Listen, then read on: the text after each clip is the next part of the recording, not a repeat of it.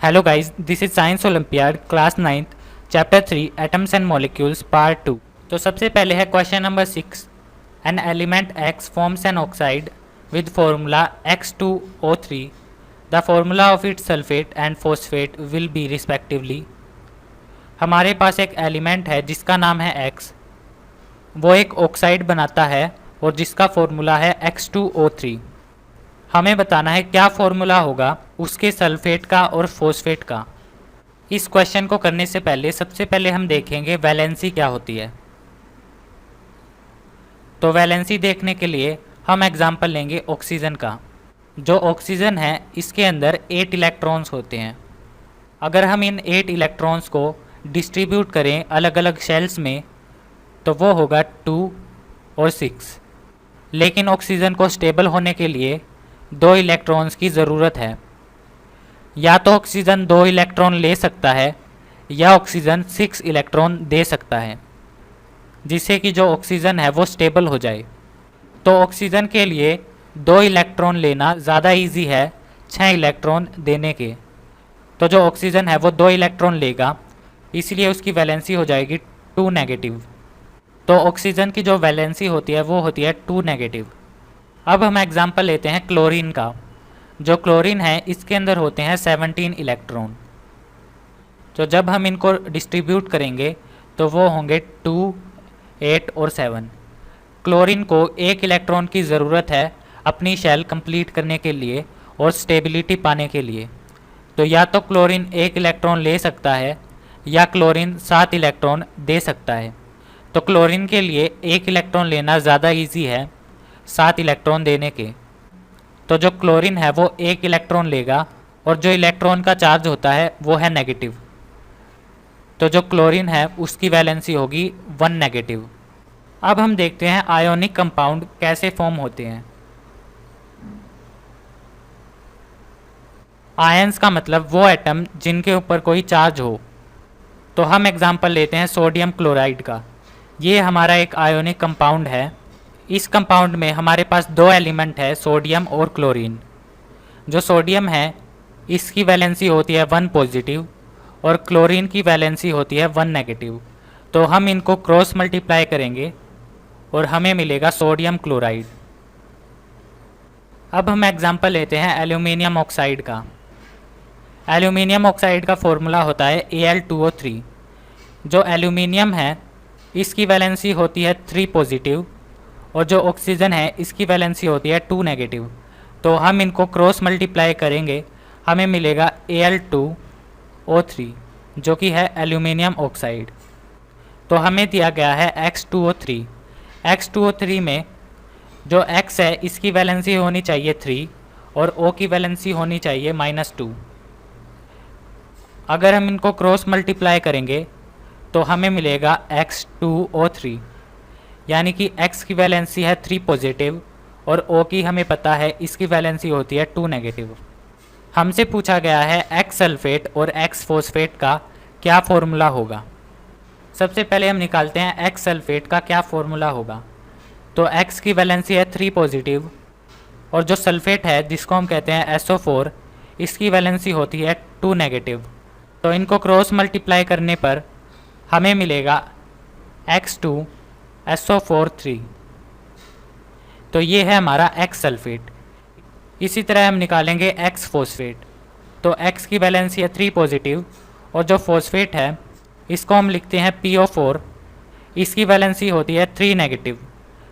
तो इनको cross multiply करने पर हमें मिलेगा XPO4।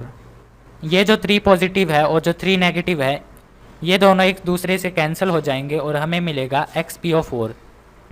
तो X सल्फेट का फॉर्मूला है X2SO4 3 और X फॉस्फेट का फॉर्मूला है XPO4। तो जो करेक्ट ऑप्शन है वो है option B.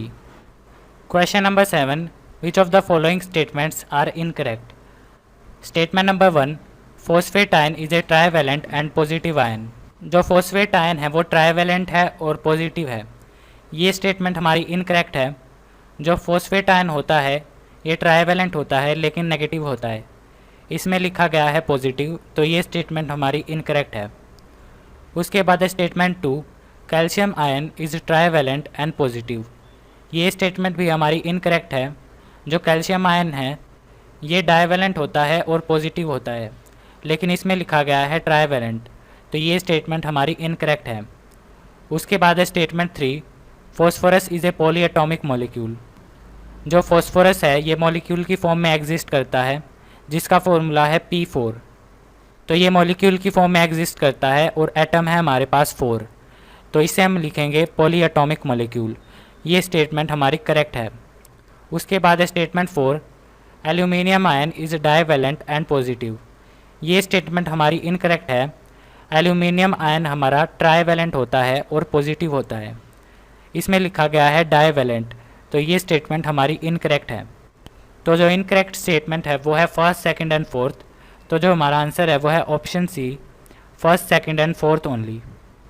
Question number 8, fill in the blanks by selecting the option with correct sequence of words.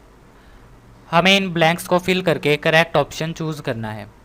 The symbolic representation of a molecule showing actual number of atoms present in it is called its dash formula. इसका जो answer है वो है molecular formula. जो chemical formula होता है ये 3 type का होता है। सबसे पहले होता है मॉलिक्यूलर, उसके बाद होता है एम्पिरिकल, और थर्ड होता है हमारा स्ट्रक्चरल। जो मॉलिक्यूलर फार्मूला होता है इसके अंदर दिखाया जाता है कि एक मॉलिक्यूल में कितने एटम्स हैं, और जो एम्पिरिकल फार्मूला है इसके अंदर एटम्स की रेशो दिखाई जाती है। थर्ड है हमारा स्ट्रक्चरल फार्मूला, इसके अंदर मॉलिक्यूल का स्ट्रक्चर दिखाया जाता है।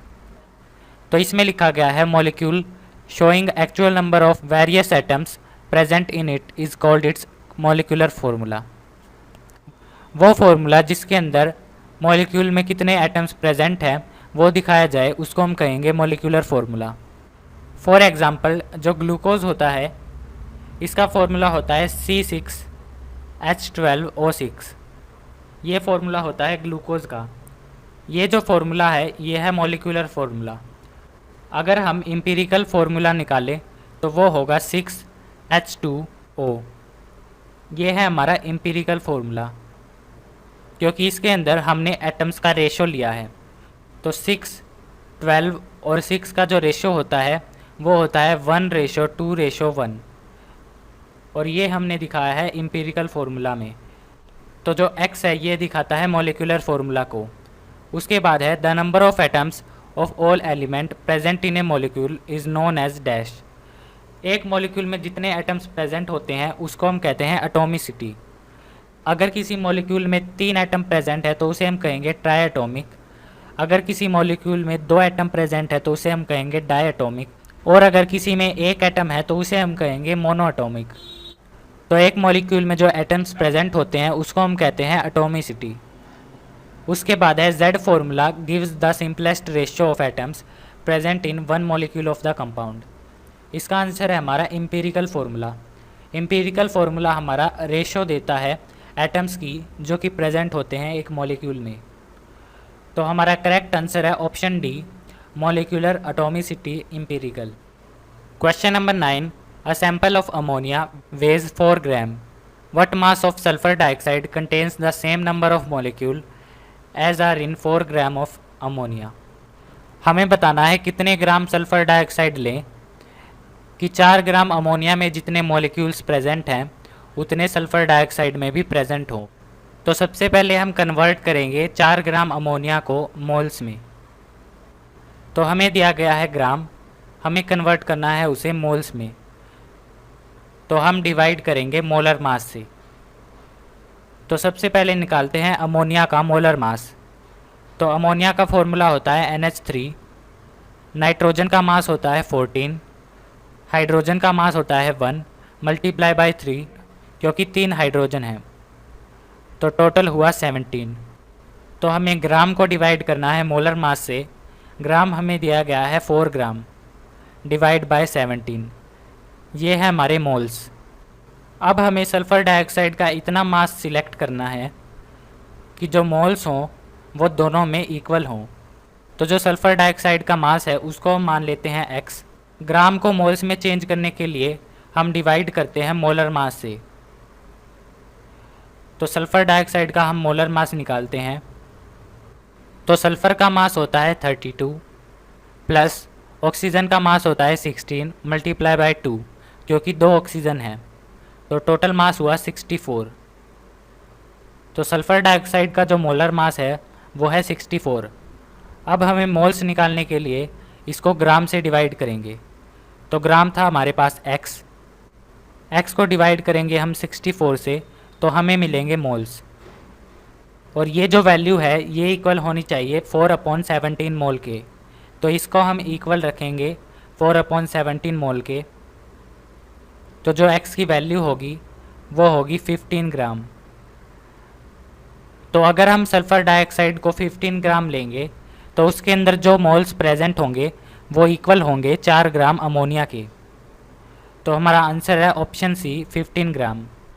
Question number 10, an ionic compound of element M and chlorine has the formula MCl3.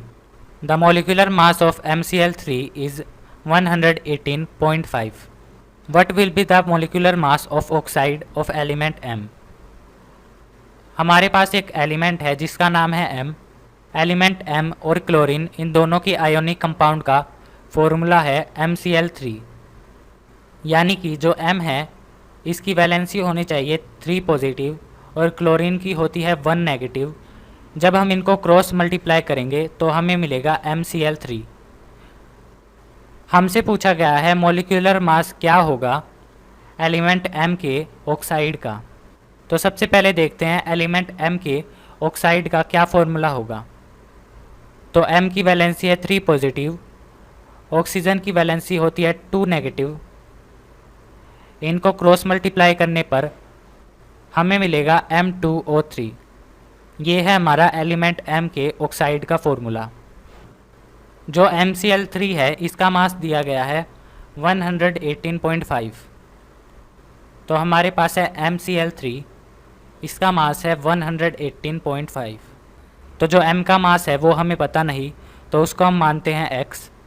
Plus chlorine का मास होता है 35.5, और क्योंकि हमारे पास 3 क्लोरीन है इसीलिए इसको मल्टीप्लाई करेंगे 3 से, और ये इक्वल है 118.5 के। तो x प्लस इसको मल्टीप्लाई करने पर होगा 106.5 इज इक्वल टू 118.5। तो x की जो वैल्यू होगी वो होगी 12। तो जो m का मास है वो है 12। हमसे पूछा गया था मॉलिक्यूलर मास क्या होगा ऑक्साइड ऑफ एलिमेंट M का। एलिमेंट M का ऑक्साइड था हमारा M2O3। M का मास है हमारा 12 मल्टीप्लाई बाय 2 प्लस ऑक्सीजन का मास है 16 मल्टीप्लाई बाय 3।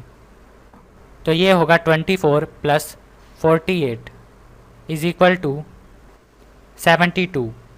तो जो हमारा आंसर है वो है ऑप्शन सी 72।